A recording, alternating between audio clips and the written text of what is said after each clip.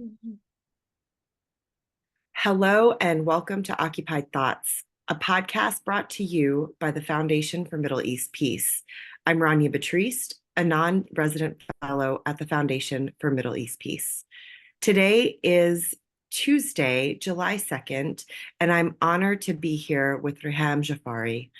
Riham is a Palestinian communications and advocacy specialist with 15 years of experience in advocacy, campaigns, communication, media, international law, and development. She is a communication and advocacy coordinator at ActionAid in the occupied Palestinian territory, including Gaza. Riham, I don't want to waste any time, so we're going to just jump right in between your work and what you've seen. There's so many different things we could talk about, but today I really want to focus on a few specific things that have just been terrible consequences of the ongoing genocide being carried out by the Israeli government. So you've seen so much over all of the years of your work in the occupied Palestinian territories. And I want to talk about that as well as what we've been witnessing over the last 9 months. So, but let's first just kind of start by talking a bit about ActionAid, the important work you've been doing there, and just give us a little bit of background on yourself and ActionAid and how you've come to this work. Thank you, Rania, and thanks again for all of the efforts that you exert and for hosting me.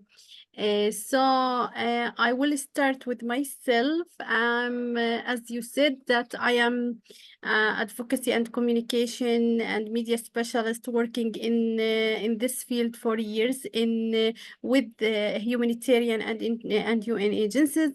I am originally a refugee, Palestinian refugee. I was raised in refugee camps in the West Bank, and where I received my education in UNRWA schools, and as other refugees in the region and in Palestine. I want to say this to show and to indicate the important role that UNRWA plays in stability and in changing the lives of Palestinians, and UNRWA should exist and continue and should be supported for its work and for its impact on Palestinian refugees and Palestinian displaced people now in Gaza. Then I worked with women organization, and I first I considered my great job was in UNRWA.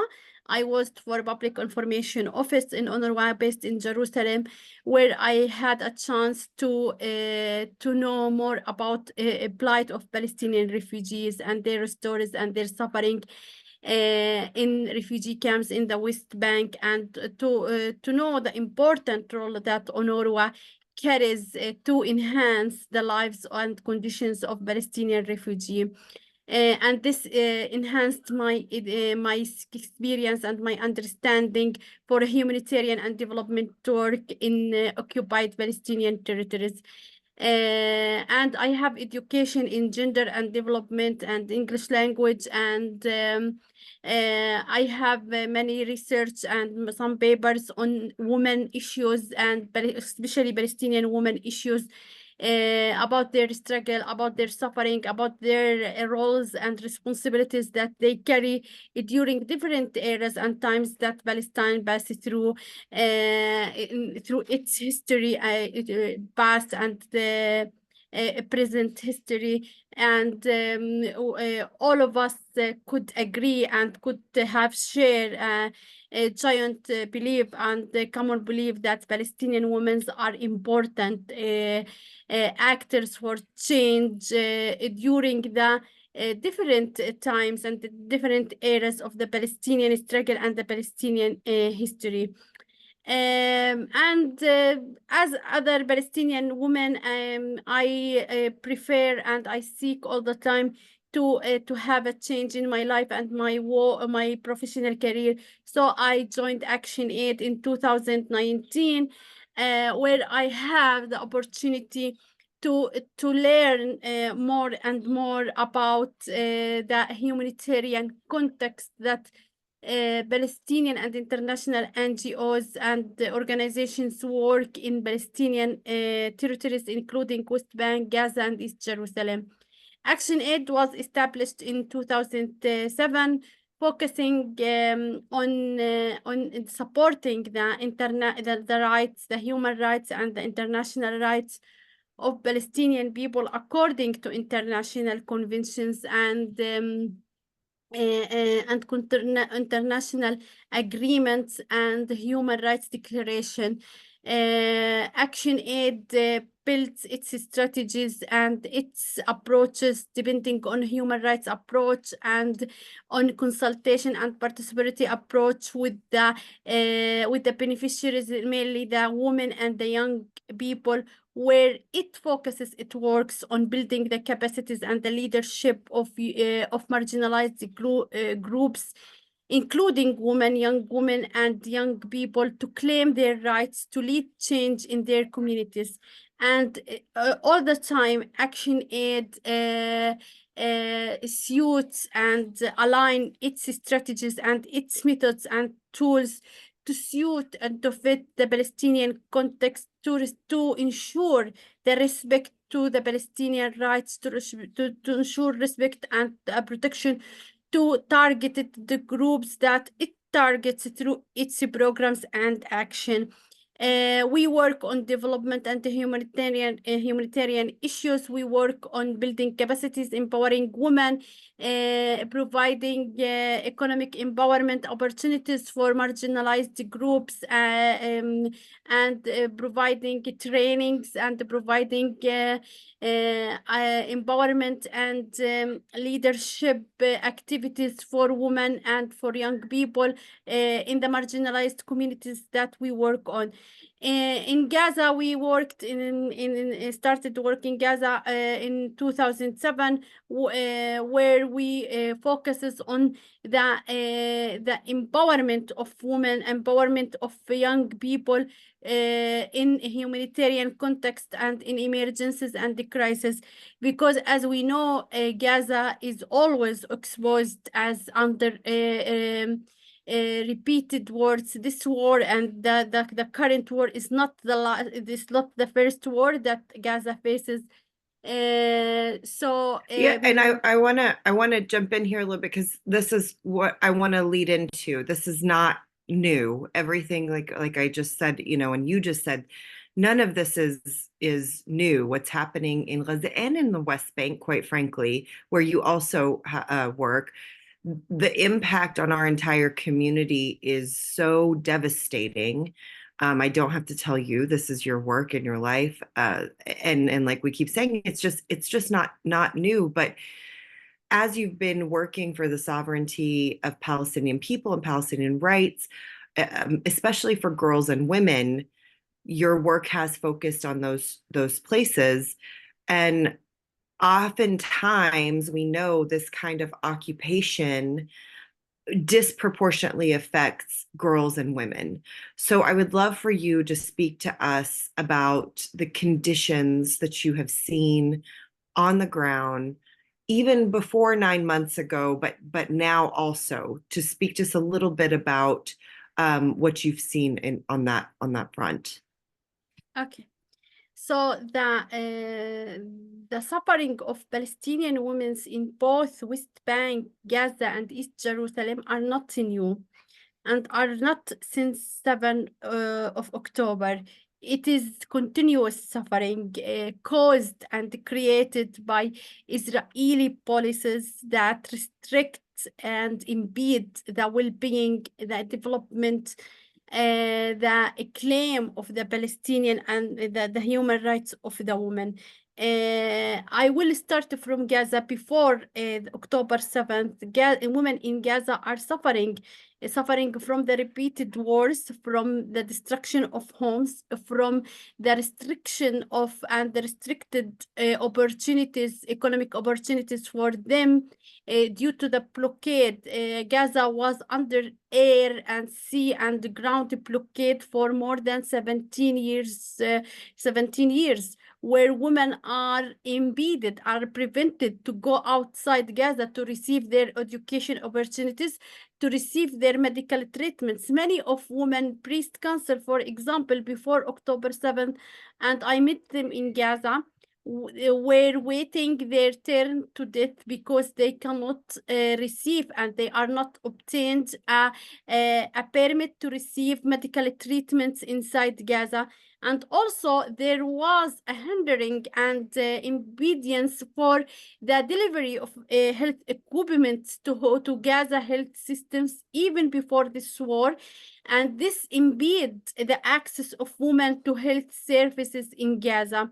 You know that the economic conditions, the deteriorating economic conditions, and there was a rate of food insecurity in Gaza due to the poverty, due to the lack of opportunities that affect the women, affect their status in the community, and also affect their participation, economic and public participation in the community.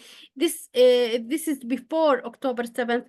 And many of them are also suffering from the loss of their relatives who were killed in the previous war, from the injury and the pains of their patient people, where women could endure psychological stress for being unable to help their relatives, their members, to overcome their pains. So if we are talking about a continuous suffering, but this suffering was intensified after the beginning of this war, where we witnessing a large scale for killing women. We are talking about in 9 months, around 11,000 women were killed. 6,000 from among them are mothers. Can you imagine that 6,000 families are without women, are without mothers? You can imagine the suffering, the pain of these families. Women in Gaza are paying a heavy price for the repeated displacement, where they are forced to displace from a place to another, seeking for a safe place under hot sun, under rain, without any support, without any life-saving items, without and when they reach shelters, they will live in dire conditions, inhumane conditions, lacking medical care, lacking sanitation, lacking hygiene, lacking all basic life elements that needed by any woman in the world. We are talking about the famine that affect the pregnant women and the mothers, where they are forced to skip their meals, where they are prioritize their share of food to their children. Pregnant women are forced to give birth to children who came to this world with low weights, under the standard, below the standard weights for children in the world. No clear water. Women are carrying increasing burdens for this war, for as a price for this world, where they need to walk long distances to bring water, to wait in long queues, and they could be at risk of gender-based violence, and at risk of harassment, or at risk of diseases, for waiting and for getting water to their families. And I just want to highlight something that you said a little bit ago that I think is very important for everybody to remember, and that is that the access to medical services, even before this invasion, required a permit. There was no freedom of movement. So all of these access issues obviously have been exacerbated, but as we've been saying, they're not new. But I want to move into some more of what you're talking about now. And I often say that people in this country, in the United States, don't care about foreign policy until something happens, until something in the world happens. And then all of a sudden everybody cares, and then they don't again because something else, they've moved on to something else. And we're seeing in the United States, we're seeing very little, sometimes no coverage in the mainstream media of the genocide that is still unfolding, and the abuses we are still seeing in the West Bank includes the intentional targeting and toppling of healthcare systems by the Israeli government, which you've spoken to a little bit. We're going to talk a little bit more about that, and we'll drop some resources into the show notes because there have been a few conversations about this on this podcast on Occupied Thoughts that specifically addressed the targeting of hospitals and healthcare systems in Gaza. But Riham, can you tell us a little bit about the situation currently, specifically the healthcare system? I mean, we've heard some, but as far as the continued lack of access and resources and materials, can you just speak a little bit about what you know today, what the situation is on the ground? The situation on the ground now is more than catastrophic. It is beyond the word. It cannot be described. The health system, most of Gaza hospitals are out of service, most of them. And for the ones that are operating, they are operated partially, and they under severe shortage of fuel and medical supplies.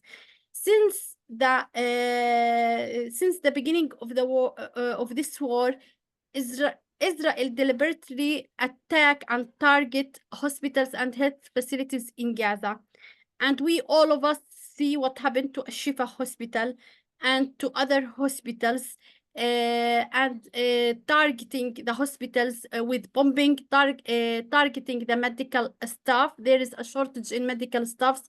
There are around hundreds of medical staffs who are arrested, and some of them who are killed, and some of brilliant doctors like Dr. Adnan Al-Bursh, who was tortured till death in Israeli detention centers. In addition to this, that the health system in Gaza is under severe shortage of medical supplies. We are talking about a limited or a few number of aid trucks that is delivered to Gaza since the beginning of ground invasion to Rafah last May. And even during this war, there weren't enough humanitarian aid delivered to Gaza. Gaza before the war, just to give you a picture about the situation before the war, before October 7th, used to receive 500 aid trucks every day. And when there was a war, no increasing number of injured and wounded people, and no numbers of displaced people. And after in the late of October, when the humanitarian aid started entering Gaza, there were a few number of aid trucks delivered to Gaza, on average from 150 to 250 aid trucks a day. But since the ground invasion for Rafah, after closure of Rafah crossing borders, limited number of aid trucks. So according to UNRWA statistics, from the 7th of May until the 25th of June, only 1,102 aid trucks delivered to Gaza. While at the current time, according to Oxfam estimation, Gaza needs every day within the war conditions more than 1,580 trucks to cover the increasing humanitarian needs of its people and the injured and the patients, the children. So 1,500 aid trucks a day is what's needed. And there's been that much, maybe a little bit more, over a whole entire month, more than a month. And that's, I think, two things I want to mention is, as we're talking about the healthcare system, today, I think it was this morning, they announced the evacuation, the forced evacuation of the European hospital. You saw that, of course, and the hundreds of bedridden patients that are there. So continuous, it's a horrible circumstance already that they're just increasingly every single day making worse. And just on the aid trucks piece too, we saw a report from the UN that even the trucks that are coming in that are being counted as full trucks, so many of them are half empty because the Israeli government is removing materials and resources out of the trucks that just like you said, are so desperately needed. And it's not even just like, oh, it's a little bit less than it's negligible. We can't even get a portion of what's needed in, and that is an intentional action on the Israeli government. And of course, we don't need to get all into it now. It could be a whole nother conversation, the ridiculousness of the US pier that was built as a way to bring more aid in. And we're seeing over and over and over reports of aid not actually getting in. And the number of days that pier has actually been functioning is so ridiculous. So I do want to just close us out with one question. It's a big question for you. And there's a global audience, but especially in the United States, if they could hear one thing from you today that would have an impact on the liberation of Palestinian people and a just peace, what would that one thing you want them to hear? What would that be? I would like them to hear that when they act for justice for Palestine, they act for justice for the world. They act for justice for the human rights of the world. There will be no peace in the world without justice and peace for Palestinians. It is the time for the world and for the people of US and for the American people, for free people, for just people to act and to come together to ask the world, to ask the international system, to ask the US administration that there should be a recognition for the rights of the Palestinian people, and there should be actions and steps that should be taken to guarantee the justice for the Palestinian people. Because when we guarantee justice for the Palestinian people, when we activate the international accountability mechanism to hold criminals and war criminals accountable, we can guarantee that those crimes will not be committed in other places in the world.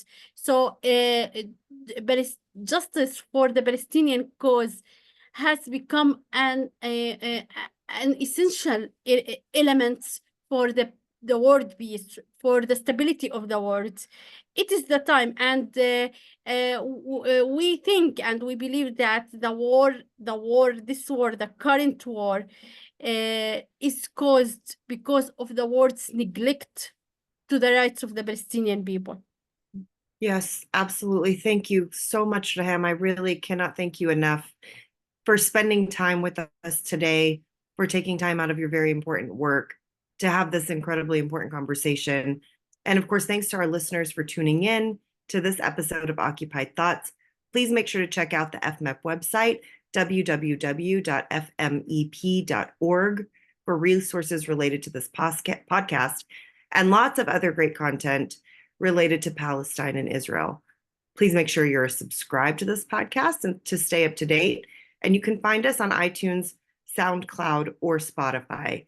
You can also watch video versions of the podcast, including this one, on YouTube. And with that, I'm Rania Batrice signing off until the next episode of FMEP's Occupied Thoughts.